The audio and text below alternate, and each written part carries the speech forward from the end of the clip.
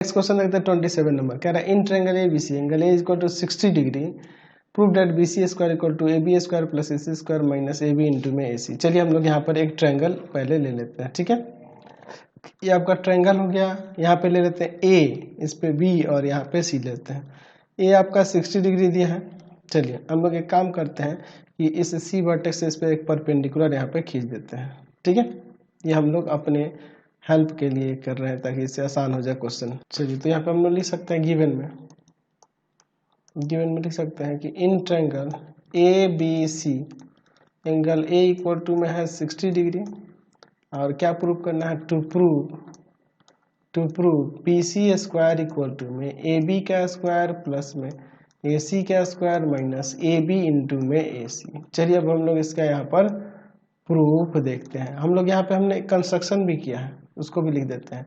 CD perpendicular AB हमने खींचा है, तो इसको परपेंडिकुलर को हम लोग डॉटेड ही कर देते हैं, ठीक है। ये हम लोग एक्स्ट्रा में खींचे हैं तो ठीक है। अब इसके बाद देखिए इसका प्रूफ में ध्यान से देखिएगा, हम लोग यहाँ पे ट्रिग्नोमेट्री के कुछ फॉर्मूले का यूज करेंगे। चलिए तो हम लोग यहाँ ट्रिग्नोमेट्री के दो फॉर्मूले यूज करेंगे। सबसे पहले हम लोग बात करेंगे साइन 60 के लिए। किस ट्रायंगल में चलते हैं, तो हम चलते हैं इन ट्रायंगल, किस में देख लिया जाए, इसी में देखा जाए ACD, ठीक है। ACD में हम लोग यहाँ साइन 60 लगाएंगे तो हो जाएगा यहाँ पे P यानी CD और बाई में ये आपका AC, P/H। तो साइन 60 का वैल्यू होता है √3/2 और यहाँ पे CD और बाई में AC, ठीक है। तो हम लोग यहाँ पर लिख सकते हैं CD इक्वल टू में √3/2 AC, ठीक है। इसका यूज हम लोग आगे करेंगे, इसलिए हम लोग इसको यहाँ निकाल लिए। चलिए फिर हम लोग यहाँ पे हम लोग लगा देते हैं cos 60 के लिए। तो cos 60 के लिए यहाँ बेस यानी कि AD और बाई में हाइपोटेनस आपका AC हो जाएगा, ठीक है। तो cos 60 का वैल्यू क्या होता है, तो cos 60 का वैल्यू होता है 1/2 बाई इक्वल टू में AD बाई में AC, यानी कि हो जाएगा AD इक्वल टू में 1/2 AC। अब इसके बाद देखो, चलिए अब हम लोग इसमें आगे हम लोग यहाँ पर देखते हैं, ठीक है। हम लोग देख लेते हैं इन ट्रायंगल BCD में, इस वाले ट्रायंगल में हम लोग यहाँ पाइथागोरस लगा देते हैं। तो हो जाएगा BC स्क्वायर किसके इक्वल हो जाएगा, तो हो जाएगा आपके CD स्क्वायर और प्लस में BD का स्क्वायर हो जाएगा बाई पाइथागोरस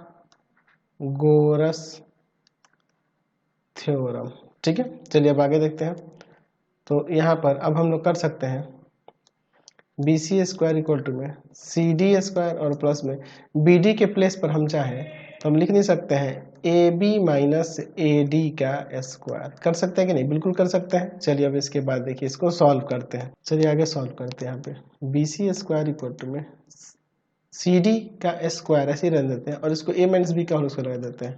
AB का स्क्वायर प्लस AD का स्क्वायर और फिर माइनस में 2 इंटू में AB इंटू में AD लिख देते हैं, ठीक है। कोई दिक्कत नहीं है। यहाँ पर BC का स्क्वायर इक्वल टू में देखिए CD हमें हटाना होगा, CD की जरूरत है नहीं, ये ले लेते हैं √3/2 AC का स्क्वायर। अच्छा AB स्क्वायर की जरूरत है, जो प्रूव करना है उसमें AB का स्क्वायर है। अच्छा AD स्क्वायर की भी जरूरत नहीं है, तो AD देखिए किसके इक्वल है, AD 1/2 AC के स्क्वायर के इक्वल है। 1/2 AC के इक्वल है ना AD, तो इसको हटा के रख दिए, स्क्वायर है तो इसको रख दिए -2 AB और AD को भी हटा देंगे तो 1/2 ये AC हो जाएगा, है ना। चलिए आगे इसे सॉल्व करते हैं, देखते हैं क्या हो जाएगा आगे सॉल्व करने पर। यहाँ BC स्क्वायर इक्वल टू में ये 3/4 AC स्क्वायर प्लस में 1/4 AC स्क्वायर प्लस में AB स्क्वायर और यहाँ 2 से 2 कट जाएगा माइनस का AB इंटू में AC हो जाएगा, ठीक है। यहाँ पे देखिए हम लोग एक काम करते हैं, यहाँ BC स्क्वायर इक्वल टू में इधर लिखते हैं आप AB स्क्वायर और इसको ऐड कर देंगे तो ये हो जाएगा AC स्क्वायर, है ना जी, माइनस का AB और इंटू में AC। यही ना हमें प्रूव करना था, हमने यहाँ पे प्रूव करके दिखा दिया। चलते हैं नेक्स्ट क्वेश्चन पे। Question number